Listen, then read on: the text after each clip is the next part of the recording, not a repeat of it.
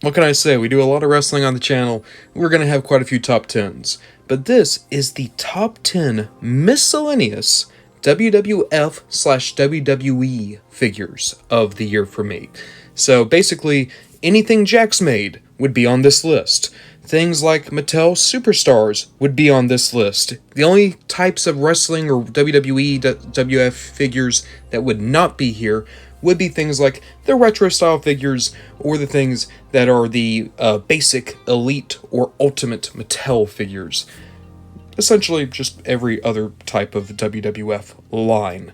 These guys aren't on the list. These are all figures that I very heavily considered, but it gives you a good feel for what types of figures can make it onto this list. But as always, the only rule is these are figures I had to have purchased in the year 2023. So nothing I don't own and nothing that I didn't buy in the year, so which also means these aren't figures that came out in 2023. Quite literally, out of these 5 in front of you, only one of these came out this year. But with all that said, let's get into it. I have to admit, I have a bit of a love-hate relationship with superstars. I love to find them. I hate how hard it is to find them. But when you actually do get to see them in stores, they're always pretty spectacular. This Mankind is just great. I don't have any other original appearance Mankind figures. I'm going to try to get that elite one when it comes out, that 3 Faces of Foley set from Ringside.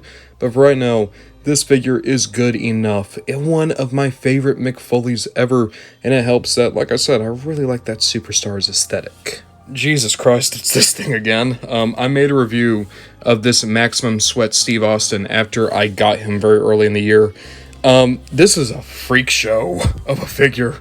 Look at this. It's insulting. Steve Austin probably could have taken Jakks to court for defamation. That's how disgusting this figure is. But God, isn't it beautiful? Isn't it great? Isn't it unique? Doesn't it make me feel like I need to wash my hands after touching it? So these past 2 years have really been me discovering how much I love the old bone-crunching action figures.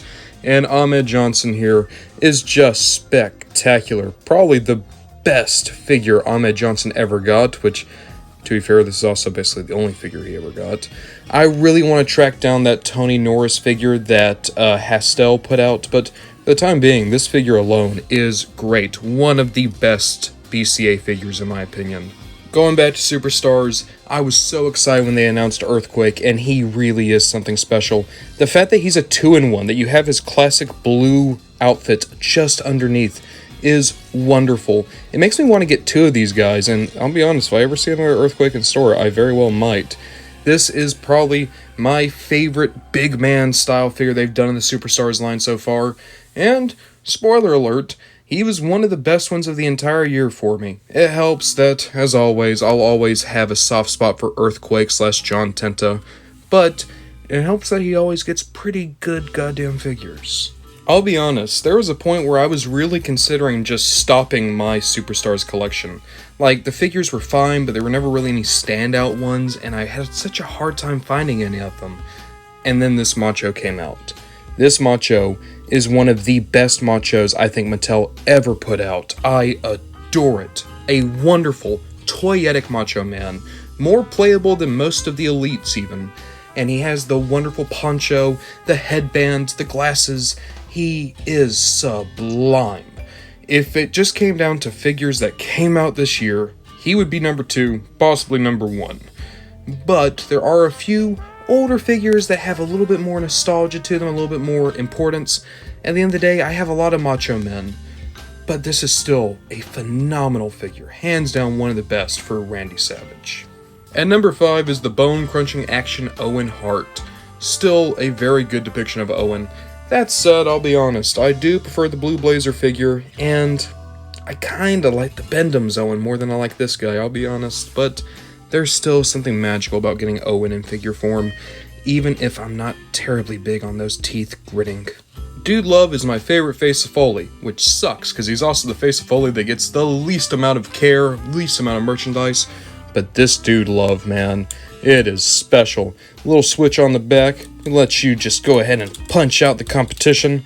All the great paint, a wonderful likeness to Mick Foley, especially by the standards of the Bone Crunchers.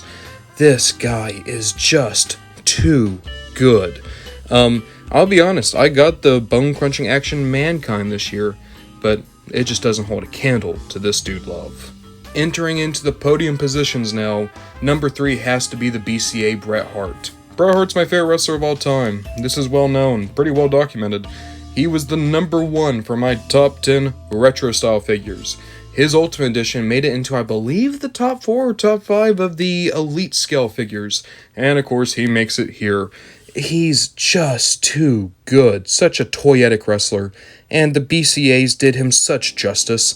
What I've noticed is that the BCA figures, at least the early ones, had a hard time with the likeness, specifically in the eyes. Bret wearing the glasses undoubtedly helped. It helps that he's just a really good figure and a wonderful anchor for my burgeoning BCA collection. I say burgeoning, I have a full shelf of the things.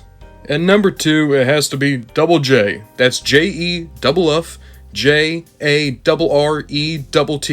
Jeff Jarrett, in his goofiest of costumes, but it's so great. I love that the BCAs, that Jakks gave him his strutting hand so you can get him going for it. There we go, like Jackie Fargo going down the street. Wonderful little Jeff Jarrett. I do wish we could have gotten that Ultimate Edition Jeff, but I'll be honest, it could never have been as colorful as this guy.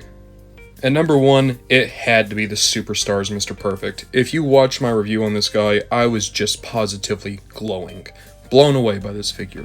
This was the figure that really convinced me that the Superstars had staying power. And I'll go so far as to say these 2 things. Number 1, this is the best Superstars figure. Number 2, this very well might be the best Mr. Perfect of all time. It's not the most articulated, it's not the most accurate, it's definitely not in the most universal scale. But never before have I seen a figure so perfectly encapsulate Mr. Perfect as to literally be the undoubted best figure in their toy line. Wrestling has always meant a great deal to me, and it means a lot that I get to have some more oddball collections of wrestlers, like the BCAs, like the Superstars, like the Maximum Sweats. These guys are great, and as much as I love my Hasbros and my Mattel Elites, a wrestling collection just wouldn't be the same without goofy guys like these.